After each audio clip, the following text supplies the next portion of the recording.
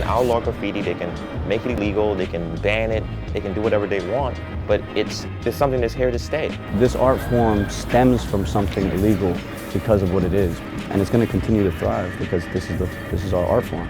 People appreciate something that is going to turn my neck and say, what was that? Let me drive around the block again. What graffiti is a rejection of that structure that says what art is. Graffiti throws it back in their face. It is the middle finger to them. Graffiti is not done to please anybody. It's made for other graffiti writers. It's like a conversation between two people, so I don't care if you understand it or not because I was talking to him, you know? Damn, I can't believe this spot is still active like this. Yeah. Smells the same. Yes, indeed, that smell. This is LaFont Plaza. DC Hall of Fame. DC Hall of Fame, also known as the Art Under Pressure Tunnels. This is an underground art museum. This was the hub of the DC graffiti scene. Graffiti in itself blooms in the worst environment. You know, so when poverty is at its worst, you're gonna have a lot of graffiti. You look at my hand, you could spend 8 hours out here. This place had a lot of homeless people, a lot of heroin addicts. Yeah, this so being here, you really saw a lot. Even in the 90s, it had that. It's like, man, for the seat of power to be such a grimy city was an interesting thing, you know? Because in the 90s, the grime was pretty damn clear to see, you know? I started getting into graffiti in 1994. We were able to paint what we wanted when we wanted to. The city itself, you know, had kind of been neglected. U Street itself was, you know, 80% burned out. The buildings had been, you know, left from the 68 riots, you know. Towards the late 90s, early 2000, that started to change, and we've been going under that change till today. I got the projector.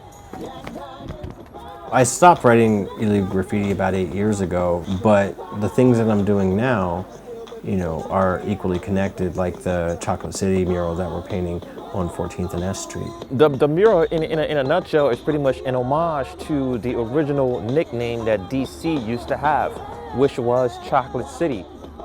It's kind of like, you know, a thumb in the eye to the gentrification that's been happening in the area over the last 15 years. And the history that was there, the stories that was there, the art that was created there, a lot of that stuff is gone now.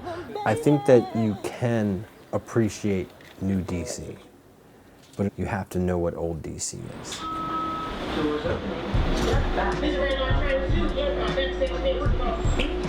Cool Disco Dan is the bridge between the old style of name writing, which is primarily signatures, you know, into multi-dimensional, multicolored, you know, graffiti, which we call graffiti art. Cool Disco Dan on that box. He became this natural part of DC that you cannot, you know, you cannot be without. He was like a folk hero, you know, the hero for the underdog, the hero for somebody making a way. That's not that old, that's just weathers. For however illegal graffiti is, Cool Disco Dan is a cultural institution in this city, just like Chuck Brown, you know? The murals that have been painted by the graffiti writers around the city give context and identity to those spaces where they're painted.